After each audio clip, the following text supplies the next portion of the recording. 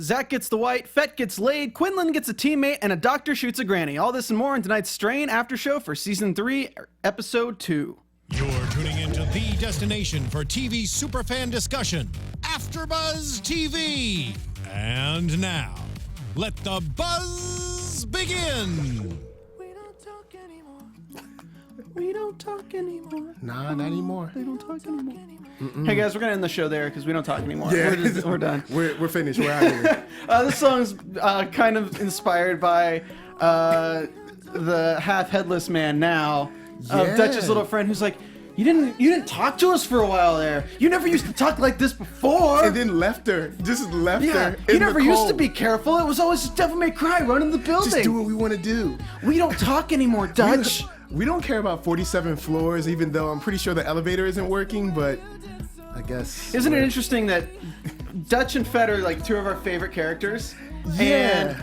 And the introduction in season 3 is like the same, and that they introduce like a bunch of characters and then kill most of them off and then walk away from them. And we're like, okay, let's intro these characters, but again, just make them have these people they're working with and then just never see the people again, probably. Yeah, because I was wondering, I was like, how many people make it out of this town? Right. And I'll be honest, they were lucky because I thought it was only going to be Dutch and one person. Yeah, we were just taking bets. Guys, thank you for tuning in. This is the Strain After Show for Season 3, Episode 2, entitled Bad White. I'm your host for the evening, Stephen Lemieux, STPHNLEMIUX on Twitter. Feel free to follow me. Check out my other network, The Popcorn Talk, where we do movie discussion reviews for all sorts of different stuff. Stacy Newsom is not here tonight. She wasn't feeling well, so at the risk of not getting us sick, she wanted to stay home, but she's watching in the chat. She should be. She was really excited to hear what our guest thoughts are tonight. Tonight we have special guest host, Nerd Soul. What's up? Yeah, that's right. Lay L Kid at Nerd Soul. Hold it down. Bring it to you. Street Geek Live. What's up? Yeah, so cool. Thanks for joining us. Funny story. He was in the live chat last episode. Yeah. When I was talking mad shade, and he was like, well, I watched the show too. I'll come in and be a little bit more positive. I'll try. A little more positive. I'm pretty sure I can put a decent spin on this. And we got, of course, our third panelist, I guess, our chat roll here. We got Give Me Shelter, Danger Dan 3, Obsolete Mule, Adam Fink, Anime Man 86, and Renji 90998 again. Renji says Dutch's team were dumb assholes. Oh, man. Danger Dan says if there's anyone I want dead the most, it's Eichorst. And I'm like, really? Over Zach? And Obsolete Mule says, I want Zach dead more than the Master. Oh, man, more than the Master. I hate Zach. I'll be honest. I think I hate Zach. Everyone kind of hates Zach. I really hate Zach. Yeah. In the chat, you know what? I'm going to do a poll on Twitter. Sure. In fact, I'll do it right now. So, the Strain fans, you can go to my Twitter, at Stephen Lemieux, and let me know, do you hate Zach more than the Master in this season of FX The Strain? I'm gonna go. We're probably gonna end up at about like 78% on Zach. It's gonna be high for Zach. Zach's gonna catch a lot of hate this season, especially with the fact that he just left Nora there, didn't even regard it, just walked away. Here, so your options in the poll are going to be yes, kill him, no, I like Zach, and 3, more Fett sex scenes, please. Yeah, Fett got a little loving. He got his Mac on, hitting the bar, talking to the ladies, doing his thing, holding it down. All right, so I'll cut you off there because we'll get to Fett. So let's talk about Eichorst first. So Eichorst has got he's got some troubles. Yes, he's stuck in between. I think he's still trying to figure out whether he wants to stay at his current place of employment or if he wants to freelance or free agent it, because I'm pretty sure after last season he was feeling shaky about his current boss. Yeah, I mean, when he turns your girlfriend, kills her, and then turns her into a strict, like, it's not the best thing. Like, if I'm gonna reward my employees or like punish them, I usually punish them, or like I don't turn their girlfriend into like a worm thing. Oh, Coco.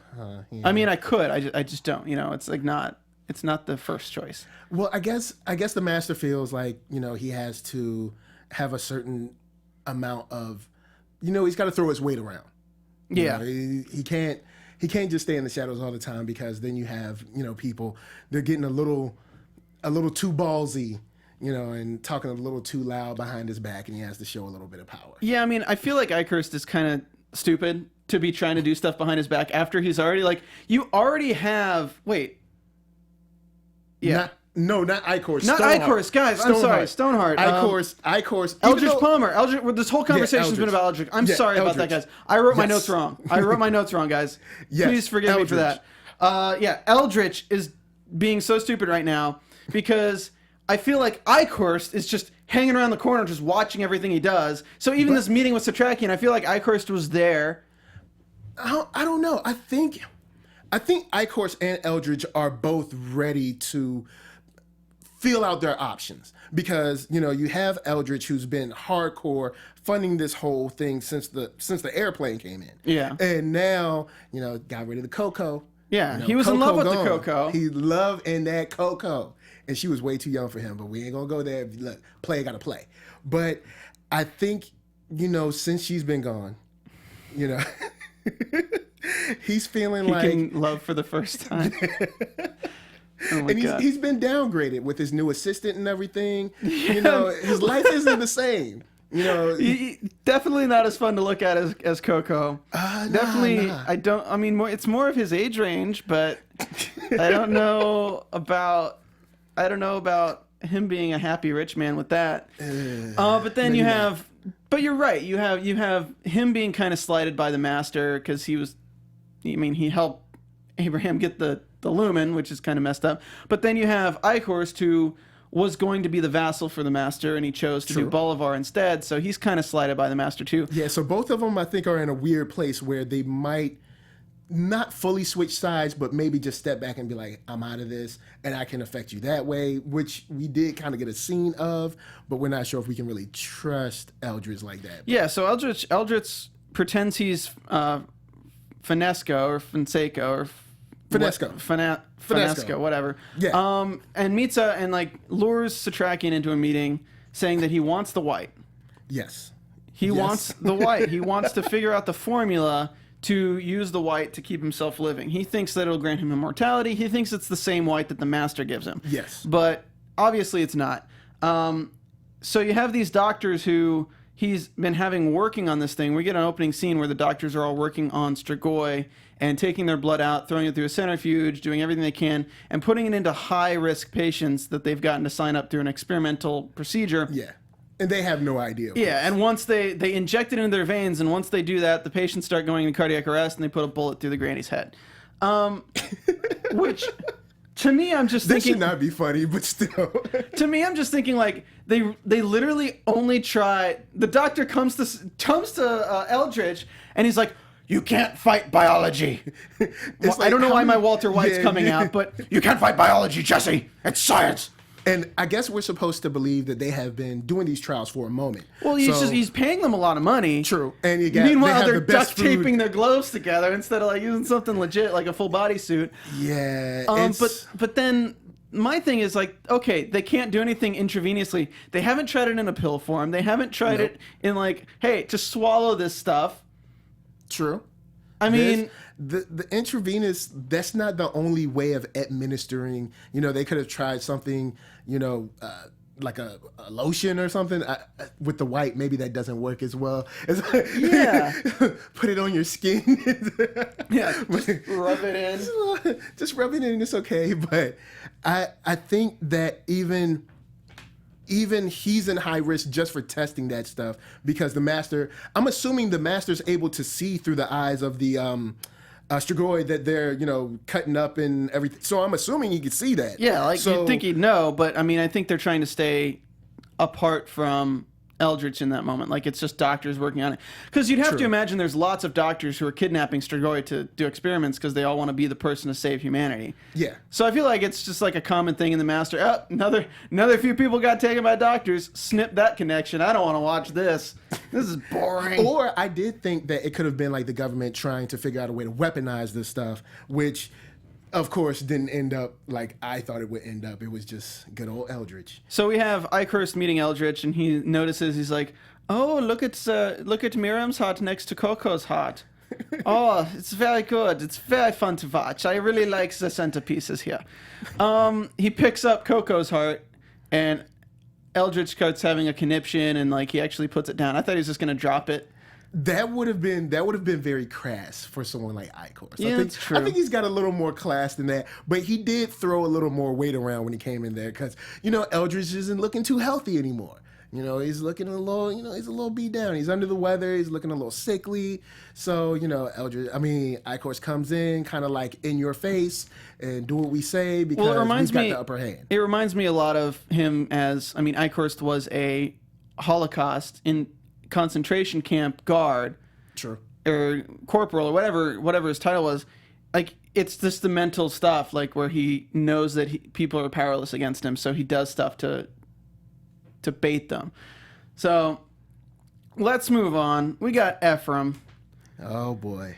Oh my God. Well, at least he remembers Nora. We found out. At least he like didn't just completely forget about Nora. So Ephraim is dealing with, of course, the loss of Zach. Zach was kidnapped, and then he has a decision to make now that what's her face? Nora. Or no, Kelly. Nora? Oh, Kelly. Kelly came and told him, hey, give us the lumen and you can have your son back because we've always kept our end of the deal for any time you work with the master. Yeah. For show. He's definitely trustworthy. So he finds out from Commissioner Gordon, basically, that where Satrakian's staying. So he goes and visits them, and we're basically getting this scene where he meets Quinlan for the first time, which was cool. It was good to see him shoot first and then ask questions later. Because I feel like last season he would have been like, what are you? Who are you? Let's waste like 5-minute scene. But he just shot, he licked shots early. So then Fett, this is really mirrored to me because they put Fett and Quinlan in a scene last episode and made them like really hate each other. Like you made it seem like Fett really hated Quinlan. And then when Ephraim comes and Fett tells Quinlan that it's a friend, and Ephraim's like, what the hell is he? Fett's like, it's a real cool story. And I'm like, because last episode they did seem to be setting it up like two sons fighting for father's approval or something like that, or for position in his favor or whatever. But now it's just like, oh, he's a friend, it's a long story, don't worry about it. And I was like, didn't you hate him? I'm pretty sure you hated him. Pretty sure you hated him yesterday, but I guess it's cool now that you're saving your friend. So yeah, he basically questions Eph because Eph keeps talking to Satrakian about the lumen and keeps being like, all this poppycock magic spells. I've seen worms come out of people. No magic spell's gonna work against that. Yeah, like it's almost like he speaks as if he hasn't seen season 1 or 2. Like, yeah, right? Like, and I hate when writers do that. You had a coffin. You had them take a coffin, and you saw the big coffin, and you saw things that are like vampires coming out. You've seen this stuff happen. It shouldn't be that hard. It shouldn't be that hard to believe. Maybe before the plane landed, with just a coffin of dirt, and then everybody was like, what's going on? But at least they verbalize it. Like Satrakian calls him out, I was like, it's been 23 days before a plane landed, and suddenly there were worms coming out of people's throats. Usually they only went in people's throats, but that's beside the point of the German porn I was watching earlier. But now you can't believe in magic? This is the best chance we've got. Oh, Noah's died. I can't come down. I honestly do think the lumen is the answer. I honestly do. I mean, it obviously is. They've built it up to be, so it better be. It better not be like a metaphor for something. I'm not going to be happy. We've translated this page. It has a great recipe for quiche. It's like, it's the best quiche ever. It's a magic quiche. It's like, tasty. But they have a great recipe for stroganoff. Yeah. Beef stroganoff. Oh my God, I'm sorry, guys. Oh man, I should have stopped before that. The smell of the sizzle off of the grill with that skin has to be nasty. But you gotta feel that the book has to be more than a metaphor. I hope so, because you have Eph who doesn't believe in it. And now it seems that Quinlan doesn't really believe in the book either, because he's siding with Eph, like, turn off these lights, or maybe I'm jumping ahead, but it just seems like he doesn't seem to believe that the answers are in the book. He thinks that the book is more of just like to bait him out and kill him. I just have a feeling that, and I haven't read the books, guys, so none of my predictions are spoilers, just so you guys know. I just have a feeling that the book is going to have the key to defeating the Master, but it's going to be like at sacrifice of something. So I feel like it's going to be like the end of the series, Ephraim having to become a Master to kill the Master. Okay. I feel like it's going to be one of those things. Like your consciousness has to overpower his consciousness in a body switch or something. Oh boy! And Ephraim has to sacrifice himself into becoming a Strigoi, something like that. I feel like Ephraim's one of those characters. He can't die, obviously. Yeah, they're never gonna kill Eph. But what I liked was that Satrakian was so much more emotional over Nora dying than Ephraim was. Yeah, like you have Eph come in. And he's like, Nora died. She killed herself by touching her sword to the third rail. And he just like looks at the ground for a little minute, and it's like, oh, we've got his. But then Satrakian's like, no. He goes up to 10 very fast about how he feels about her passing, and nobody seems to even regard the fact that it's Zach's fault. Like, it's definitely Zach's fault. Because I was like, it's funny how Eph conveniently left that out of the story that he was telling. He was like, oh, he was taken, or I think he said he was taken or kidnapped. It's like, no, he left with her. He super left with her and left Nora high and dry. And that's it, folks, for that one. Yeah. I mean, he left her electrocuted, really. Yeah. Like, pretty dead. I hate Zach. Yeah. I hate Zach. And, the worst thing is like, that scene could have very easily been done differently to make us understand that Zach's just shouting no because he thinks it's his mom who's fine. Like, if he didn't know his mom was already Strigoi and saw Nora about to kill her, him yelling no would be like, okay, I understand him yelling no. But he's obviously seen her doing weird stuff, seen her as a Strigoi. They had their church scene. Yeah. So he super knows she's not a good guy. He knows. So I'm just like, okay, if like we had kept him ignorant to the point where Nora's about to kill his mom in his mind. Yeah. Then he yells no. Then she whips out her long stinger and kills Nora. I would not hate Zach. I would not. But because he knew, and you're just like, kid, come on. Like, you're not getting it. You're smarter than this. When he was walking away, they didn't even let him get the little, look back, look back at Nora, like, I'm sorry, or anything. He was just like, peace. Like, he was like, I'm out. I'm not interested at all. Like, he was just like, whatever. Like, the next time... I got my real mom back, peace. The next time Zach sees Ephraim, he's probably going to, is it too late now to say sorry? And Eph's like, no. I mean, yes, it is too late. Like, Zach, you killed my side babe. Yeah, I mean, my side chick. Not even side. I mean, they were the real together. Chick. Yeah. They were getting, him and Kelly were getting divorced, or had already gotten divorced, I think. So they were either in that separation period or whatever. So she was gone, and also she became a vampire. Look, once your wife, girlfriend, whatever becomes a vampire, y'all are broke up. That's it. That's kind of relationship's done. over. So the new girl, and Nora was fine. Nora was great. They even had the love scene in there and everything. Yeah. I mean, just keep it. F can't be happy, though. He is the head of the CDC, and he cannot be happy. Zach's probably in the booth like, he's not the head of the CDC. Right, Zach? He is the head of the CDC. He's not the head of the CDC. God damn it. That's Zach Wilson. He's engineering our show. We made him hate watch the end of the episode. Oh, man. Okay, and he did. So, in the end, Ephraim is left alone after Satrakian's eating a bowl of stew, which I'm assuming to be a recipe from the Lumen of beef stroganoff. Oh, man, so tasty. So tasty.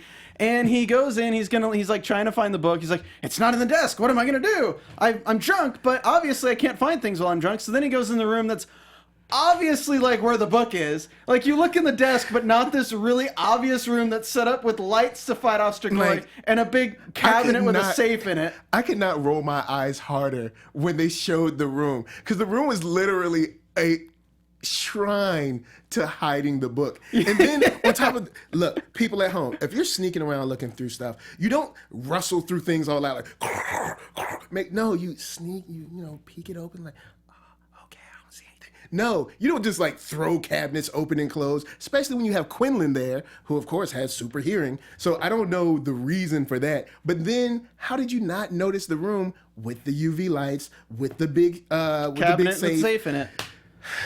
F, stop it. F and stop. So he finally finds the safe, and then you hear footsteps, and F doesn't hear the footsteps, but then you see Quinlan's like, hello. So what did the master offer you? It's like, how did you know? Well, because your line of, well, I was beginning to suspect you too, really didn't put him off your trail.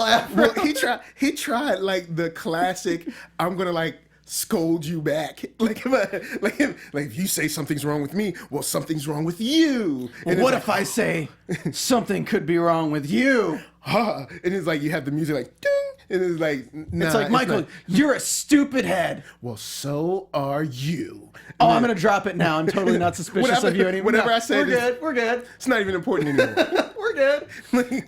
Just skip forget all my accusations. So he's like, well, I can't walk in front of those UV lights for some reason. Even though they're shining on them. I can't go around the side of the wall. I can't jump up and grab the ceiling or something. Like I can't use my awesome martial arts. I can't use my sword and throw it at the lights. I can't use a gun and shoot the lights. So I'm going to ask for your help to get the lumen out because the safe is no issue for me. It's those lights that are only 4 feet off the ground. It's a classic. It's a classic moment where writers like to forget like a certain hero's powers. Yeah. Like, they're like, all right, we have to forget these powers so that we can have this scene. Like, Quinlan, hey, go into the basement, electricity off, upstairs, grab the freaking lumen, and use it to lure the master. Now you need to team up with an alcoholic dude who's obviously off his game, who's going into parking garages for no reason, just to team up. And I like how it cut away though. It's like, turn the lights off and we can be friends. And then like it close up on Quinlan and the lights go off and you're like, oh, they're teaming together. It's like, yeah, and I'm back to back. I'm excited. Like I really do want to see F and him team up. Well, I would really like to see Quinlan with Fett and Gus, and just kind of like go. Like I would have seen the tower that they went into. I would have loved to see a story with Gus, Fett, Quinlan going in there, just killing Strigoi a whole episode, nothing, just killing, taking names, looking for the master.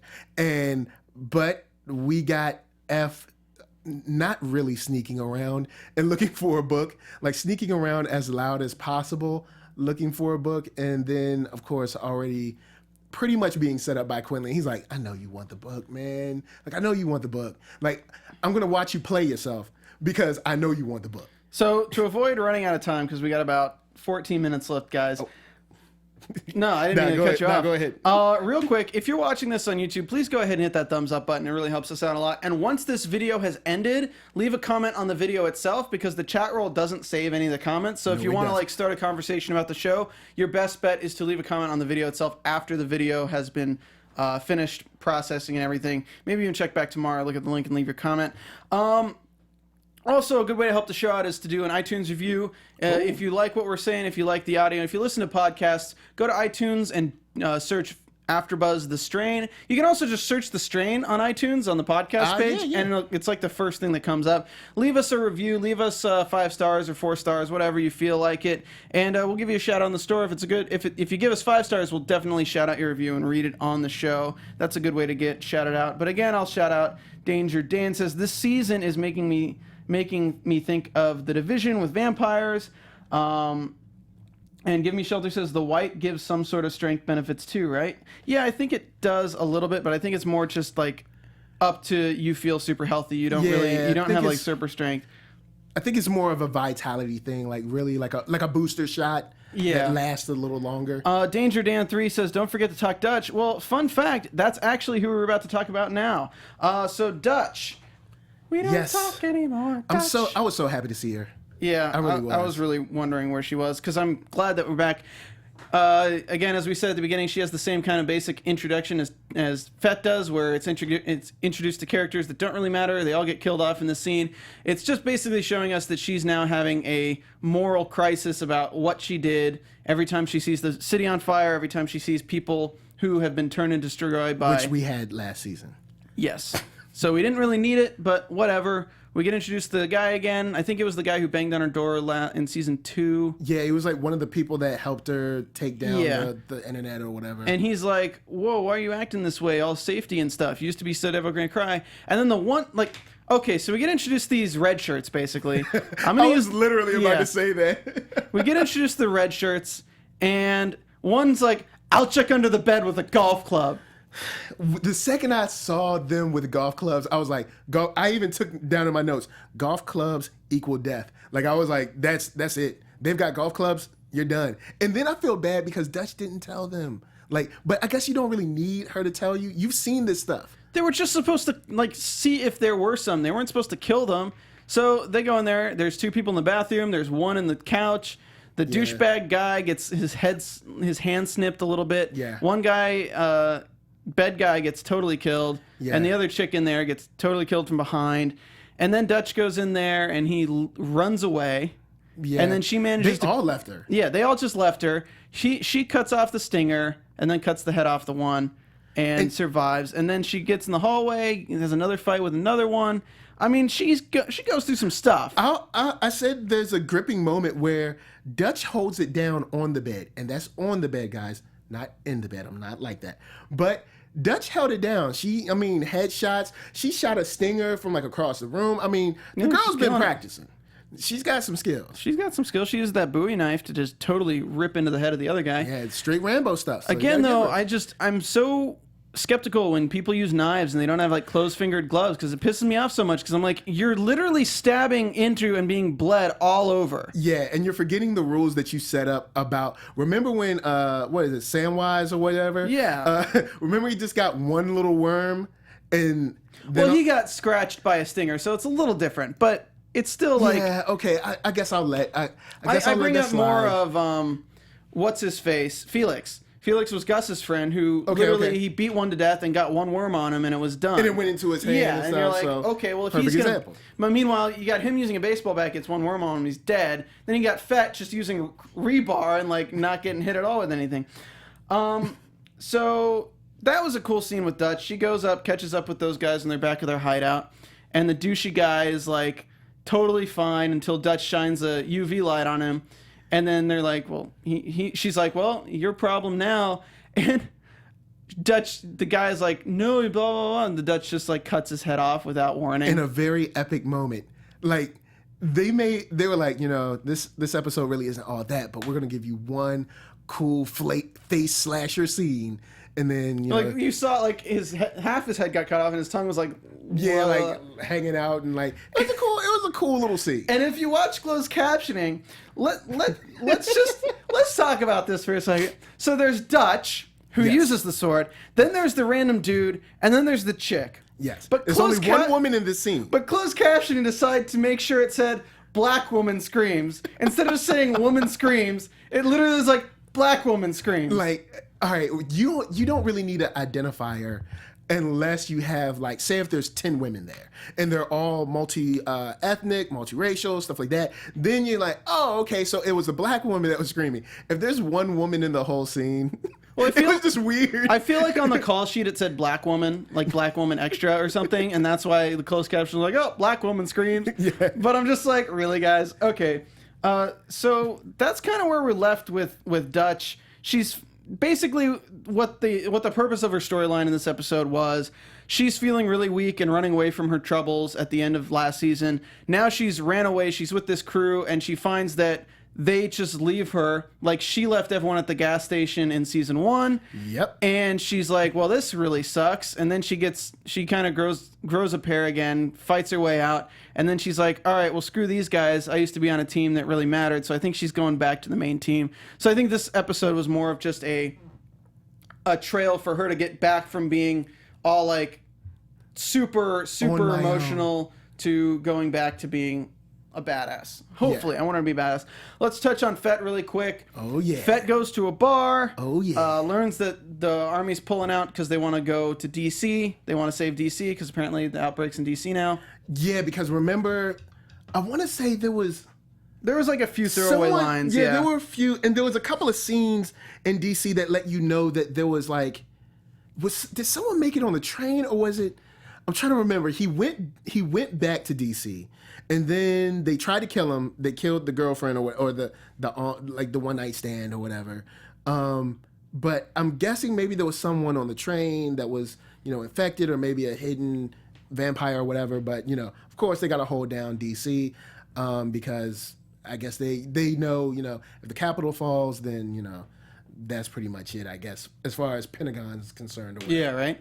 So, guys, really quick, though, the only way we keep this show going is because of our great sponsors, and one of our sponsors has a lot to do with TV, guys. In the history of television, it's never been so funny, so dramatic, or so good. Think about the shows that are on this season. There's House of Cards, Modern Family, Downton Abbey, Game of Thrones. What else? Blackish. I love that show. Homeland, Better Call Saul, Veep, Transparent, Silicon Valley, Mr. Robot. And there is a lot of good TV on. Yeah. You got all the Netflix shows, you got all the Hulu shows, you got everything, and everything's up for Emmys right now. It's the golden age of television, and don't forget The Americans and Master of None. Those are great, too. And on Sunday, September 18th, television's greatest night is the biggest live event of the year. You can watch the show that celebrates great television, the Emmy Awards. There's no better night to watch the best of the best face off and see if your favorite shows win. Plus, you can see what everyone's wearing on the red carpet, because if you're into fashion, you're into all that stuff. Plus, everyone looks so sexy. True. I mean, maybe not as sexy as that sex scene with Fett and chick who we don't know the name of yet, or Kate, because they call her Catherine, but yeah. Kate. But yeah, everybody's looking good on the Emmy red carpet, so be sure to check that out. So be there when one of the funniest men on television, Jimmy Kimmel, I love him from The Man Show, and of course his late show, hosts the Emmys live Sunday, September 18th, 7 Eastern, 4 Pacific on ABC. So guys, check out the Emmys. Yes. You'll see a lot of FX shows. You'll see all sorts of stuff being nominated, so I'm sure there's going to be some fun stuff going on. So yeah, not F, but Fett hooks up with this chick at the bar. Yeah. And then forgets her name, calls her Catherine. She's like, no, it's Kate. She said, but you're close. It's cool. I'll still kiss you while I cover myself in the bed for television's sake. Yeah, that's just it's another every show does that though, so I can't really dog Strain for that. So I'll let that slide. Yeah, I'm not gonna give him shit for that. Pardon my language. Okay, so that's kind of where we left off with Fett's storyline. He was at the meeting. After that, he was at the meeting with Eldridge Palmer and Satrakian. And they say that, okay, well, we know what he wants, so we can use that. We can manipulate him to an advantage. And we got the preview last episode of him with bleeding eyes, so I'm sure he tries something, or he uses the right stuff. We don't know. So we got about 5 minutes left. So time to talk about the douchebag, the dick-ass bastard douchebag, Zach. Here we go. Who refuses to comply with common sense and does something seemingly useful this episode, only to find out information he already knew. Yes. But I guess maybe it's kind of like those denial things where you like have to see it and now it's concrete for him, but he still is dumb. He pulls the old tape in the door trick, gets through the door and you think, oh, he's going to go and try to get away. He tries this door that has probably one of the biggest chains I've seen in recent television history on it. And tries the door anyway. I don't even know. But he sees his mom drinking a kid or feeding on a kid or whatever. He seems shocked, even though we know that he knows what she is, but shocked anyway. He runs into another door that you can't get out of. And then we have the scene where... What? His mom tries to save him. And she tries to drink him. But he's having this little asthma attack. Yeah, I was just kind of like... So, you just kind of recapped the whole scene. So, I was not even prepared for that. Oh, sorry. He's like, Mom. Well, he has asthma, so... Yeah, I know, but it was just like... This is the perfectly placed asthma attack moment. I just got to talk about this really quick because we got her. She brings him a sandwich, which is like the most awkward mom delivering a sandwich thing ever. It's edible. Food is good. Thanks, Mom. I didn't know you were Siri. Oh man. But all right, thanks for the sandwich, Mom. Not to mention I got pizza boxes in here. Why don't you clean those up or get me more pizza? And I like how it's like he even when he's like manipulating her, he's still a dick about it. Yeah. It's like, thanks, Mom. Put it down over there. I'm like, you son of a bitch. I'm like, the master, I wonder how long the master is going to deal with basic preteen angst. Because I'm wondering how long it's going to be before he's just like, look, let's just bite him because I hate this kid. I hate I'm this so kid done too. with it. Like, he looks in the camera and he literally tells us that he also hates him. And Well, hey, Zach broke up a marriage, so maybe he can break up the whole master's plan. True. That could be, maybe that's his plan. Quite possibly the meanest thing I've said on this show ever. Oh, man. Let's blame it all on Zach. I miss the old Zach. The good Zach. The trustworthy Zach. I just thought it was funny that he does this elaborate thing. He has no plan aside from putting the tape on the door, gets out, sees his mom. He already knows his mom's Sister Goy, so it shouldn't be that alarming to him, but it freaks him out for some reason, even though he already just saw her, like, fucking kill Nora. Like, literally, like, his stepmom, basically, who took care of him for so long, got a thing, like, shoved into her hand. Like, she's fighting her stinger, and he's like, no! So somehow it's weird that he sees that. But the funniest thing to me is that the damn kid that she's drinking is wearing the damn shirt from Steve in Blue's Clues. So, like, I see this happen, I'm like, it's Steve from Blue's Clues! No! I didn't even pick that up. So that's man, that makes that scene even sadder. And it says a really terrible Says a really terrible thing about me too, and like I'm just making really terrible sexual jokes while this is going on. It's like when she's like sniffing his hair and looking at it. It was like a sexual. It's like Kelly being like, "I want to eat you." I mean, not in that way. Not in that way, Zach. Oh man, I just want to suck you dry. No, not in that way, Zach. Not in that way. Yeah. Come, let this old guy put his white goo into your mouth. Wait, not like that. Not like that, Zach. There was a whole, like, when the hug was just weird and nasty. Like, the way she sniffed him, I was just like, No. Nah, mama. None of that Norman Bates-ish up in here. God. It was, oh, man. But we still hate Zach. We still hate Zach. Yeah, we still hate Zach. Still hate him. So, yeah, he's having an asthma attack, and the master gives him his white goo. Yeah. So he's got the white that saved him from Eldritch really wants, but didn't get. And that's how the episode kind of ends. Yeah, we end up with, I mean, I guess we have a storyline where, they're going to try to manipulate Eldritch. We got that. You still got Dutch in the air. Fett's pretty much in the air now since the military's leaving. Yeah. We don't really have a direction for this. That's what's kind of, I hope they got a plan. I'll just say that. I hope they have a plan because there's a lot. The only thing we really have is manipulate Eldritch and use the book to lure out the master, which we kind of already were trying to do. Wait a second. Is this going the way of Sleepy Hollow where it's just the same plan dressed differently every single season? Sleepy Hollow. It's the same plan. Hey guys, let's try that thing we did last season that didn't work. Great idea! Oh, I think that's a wonderful idea. We can put him in the sun. It will work. Let's use the sun again. Longer we found exposure. found that didn't work. Yeah, you didn't have him in the sun long enough. See, it has to be a prolonged exposure. Let's lure him to the tanning beds in floor 34 of Eldritch Palmer's hotel, a.k.a. Trump Tower. Yeah, it is. He is like the Trump of the city. It's like you have Eldritch Palmer next episode. I love beef stroganoff. He's like, trust me, I have a plan. I love Strigoi. I eat beef stroganoff all the time. It's like, I have a plan. What's your plan? Don't worry about the plan. Stoneheart I've Towers got a plan. has the best stroganoff. Guys, I think we're rambling at this point. Oh, man. Hey, let's. I mean, I don't really have any predictions. We get Team Blade next episode, basically. Hopefully. I'm ready for an episode similar to the gas station episode. I hope we get that. I'm ready for something. I thought that was what the tower was going to be. But then I was like, no, all of these people are red shirts. We're not going to get that in the tower. but the tower was sort of a throwaway kind of episode. I mean, scene. So I don't know. Next episode, I don't know, man. We'll just have to watch and find out. Yes. Oh God, why? I'm just kidding.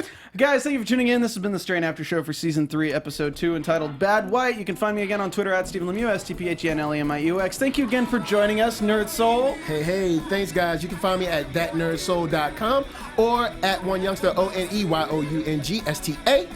See y'all later. All right, thanks for tuning in, and hit that thumbs up if you like the show. Yes. Have a good night. See you next week. From executive producers Maria Menounos, Kevin Undergaro, Phil Svitek, and the entire AfterBuzz TV staff, we would like to thank you for listening to the AfterBuzz TV network. To watch or listen to other after shows and post comments or questions, be sure to visit AfterBuzzTV.com. I'm Sir Richard Wentworth, and this has been a presentation of AfterBuzz TV. God damn it, Zach. The views expressed herein are those of the hosts only and do not necessarily reflect the views of AfterBuzz TV or its owners or principals.